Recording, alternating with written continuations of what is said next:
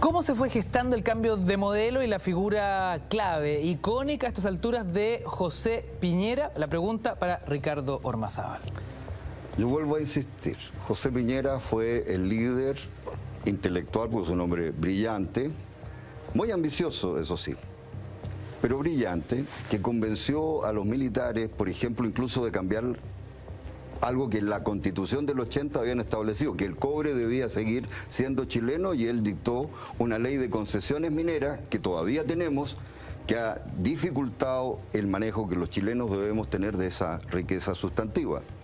Pero él fue una persona que tuvo un respaldo importante en el almirante Merino, tuvo gran respaldo de Matei. Matei en las discusiones de la Junta de Gobierno fue clave para la aprobación de este modelo.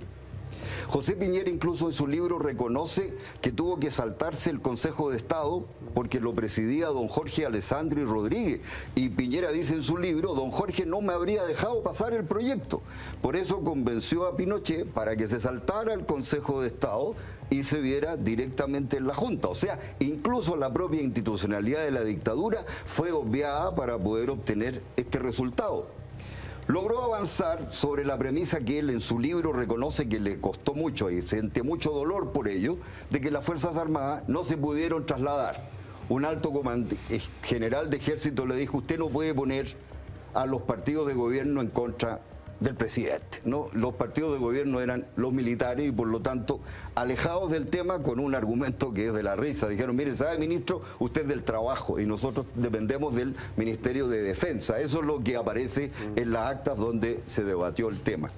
Quiero decir que el juicio de Piñera era un juicio intelectual y era ideológico.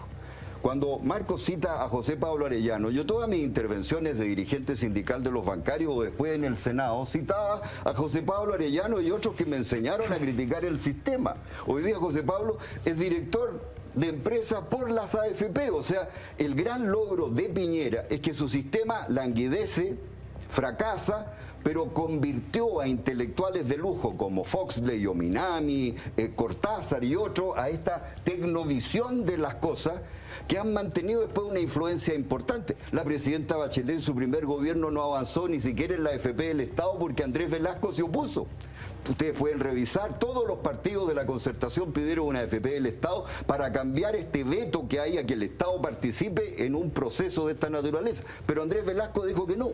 Cuando yo era presidente de la Democracia Cristiana, el año 2000, voy donde Ricardo Lagos y le digo: yo salí elegido con el 66% de los votos y en la propuesta es cambio del sistema de AFP. Y Lagos, que había sido mi profesor de Derecho Económico, dice: yo soy partidario del sistema. Y a su lado tenía a Izaguirre, el mismo ministro Izaguirre que está ahí, que era partidario del sistema y sigue siendo.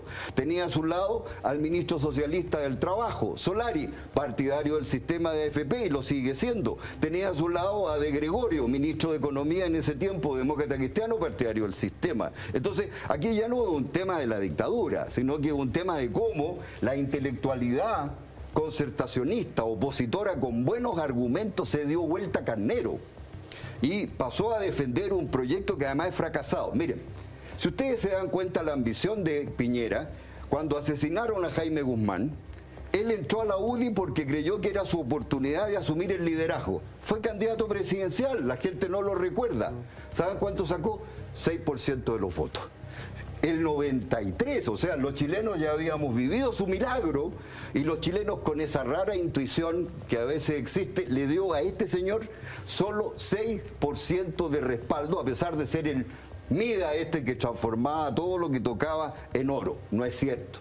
Si ustedes miran la crítica al sistema antiguo, yo te diría que la hizo don Jorge Alessandri. Nombró la comisión Prat, que estudiaba algunos defectos. Lo hizo don Eduardo Frei Montalva, pero Alessandri no alcanzó a hacer nada.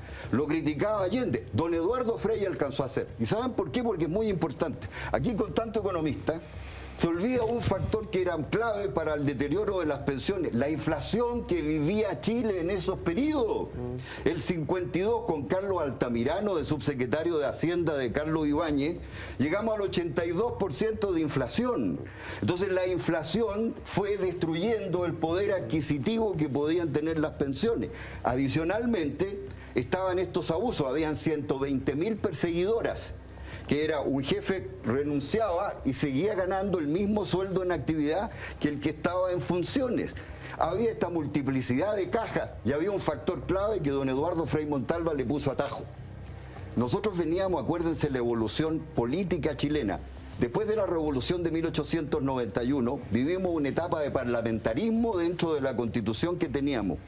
Llegó Arturo Alessandri y trató de restablecer el presidencialismo, quitándole poderes a los parlamentarios que derrocaban gobiernos de una manera brutal. Pero ocurre que tuvo que mantener una norma que duró hasta el 70, en virtud del cual los parlamentarios podían presentar proyectos de ley con gasto público sin financiamiento.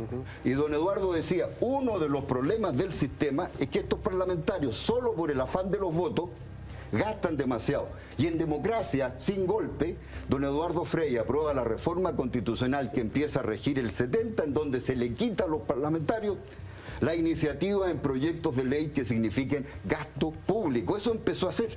Pero luego en dictadura, yo invito de nuevo a leer el libro de José Piñera, él dice, el año 79 se solucionaron todos los problemas que tenía el sistema antiguo. Todo, lo dice él en el libro, no lo digo yo. Yo comparto esa visión, pero lo dice él. Solo quedó hacer algunos arreglos en las cajas. Entonces, dice él, en la propia Junta de Gobierno se discutió que había que llegar hasta ahí nomás. No había que avanzar. ¿Para qué? Entonces él dice, lo que ocurre es que hay que imponer ahora un cambio ideológico, porque cuando venga la democracia, esto se va a terminar. Solo un gobierno militar con dictadura podría imponer un modelo de ese tipo. Ahí se equivocó Piñera, porque hemos tenido casi 30 años de democracia y se ha mantenido un sistema fracasado que va contra la historia de Chile, contra los conceptos de la OIT de seguridad social y que el chileno ya reconoce, porque ustedes en la comisión última que tuvieron dieron una encuesta, ¿no? Hicieron una encuesta. ¿Cuál fue el resultado final? 70% de los chilenos dicen que este sistema no sirve, 70%. Y eso, que yo agradezco a este canal de invitación, porque estos temas no se discuten en la televisión. ¿Sabes por qué? Porque con nuestra plata se invierten las más grandes empresas de Chile, que son las principales avisadoras de la televisión y los medios. Con nuestra plata se invierten los bancos, con nuestra plata se invierten universidades, con nuestra plata se compran políticos. En consecuencia, si hemos mantenido este sistema como está, es porque se ha producido una irrupción inaceptable que ha negado a los chilenos la oportunidad de decidir. Y por eso este cambio, creo yo, que parte con la AFP del Estado, parte con una ley que diga la libertad. Este gerente de las AFP nuevo, que creí yo que iba a estar aquí, y hoy día no pudo porque tuvo algún problema seguramente médico, y él no pudo estar.